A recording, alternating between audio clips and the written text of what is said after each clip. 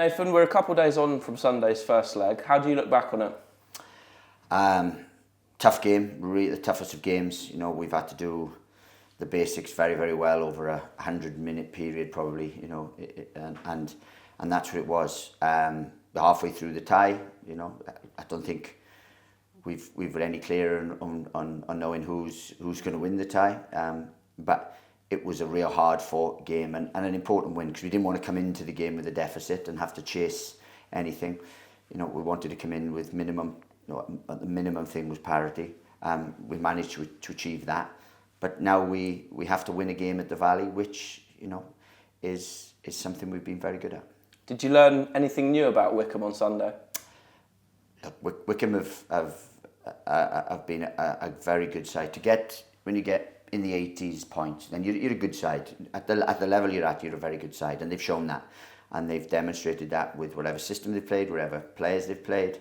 And Wycombe has been, a serial promotion to League One, promotion contender for years, which whatever the manager has been, which shows it's a very well-run club. So we know the difficulty of the task, but as we said, we concentrate on us, on our strengths, on what we're good at. And if we turn up and we're the best versions of ourselves, then that's all I can ask our players. I have no idea how Wycombe are going to turn up, but what I do know is how we will. We had a few players returning from injury on Sunday. Did they all come through the game okay? It was quite a physical game. Again, look, no one ever comes through at 100%. Everyone comes through and they have a bruise or a bit of stiffness and tightness, and we have that naturally from a game of that of that intensity and of that importance and with that pressure. There's a few, but look, we're in a good place as a squad to get to this point with the availability rate we've had and do have. Look, we're content. Chukwuemeka will be available for selection on Thursday following his suspension. In addition to that, are there any fresh availability concerns? There's no concerns, but we're glad to have Chucks back. Wrongfully we felt that he was thing, but we respected the process, the decision making. Not a problem. We've had to suffer 3 games without him, but now look, he gives us a headache because now he's available, and I would imagine extremely motivated. What has the mood been like amongst the squad here since Sunday's first leg? Well, the sun's shining. It's a wonderful place to be. Look, you're competing at the top end of the league. Big games to come. Since Saturday, so I talk about Saturday with the big games to come, with the 2 games we had or have.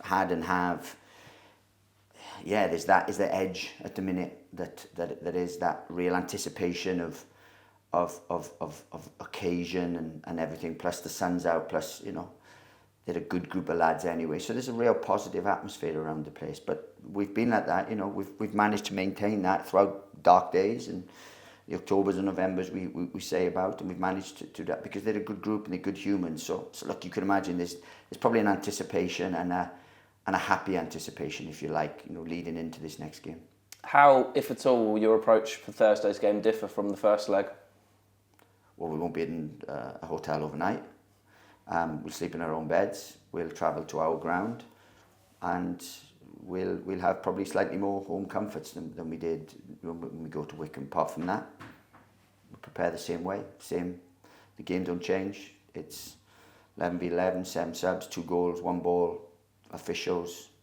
It's just we're playing at home and not away. So nothing will change. Last time Charlton were in the playoff semi-final at the Valley, it went to a penalty shootout. Have the team been practicing penalties ahead of Thursday? We will be ready for all eventualities. Charlton fans were outstanding on Sunday, and it's going to be a packed-out Valley on Thursday. How much of an impact will that have on the game?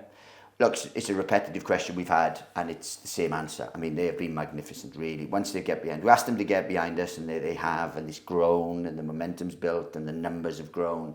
The songs, the atmosphere, the adrenaline they've brought, the energy they've brought has grown, and it's coincided with the team being in a better place. So it's the chicken and the egg scenario. They've been superb, travelled in their numbers, got behind something, and really got on the wagon, got on board with everything. And we're asking them for, at the moment, one more big effort, one more big effort to get, because they can be vital, and it can be in a packed valley, singing valley, energetic valley, can be a wonderful place to play if you're a home player.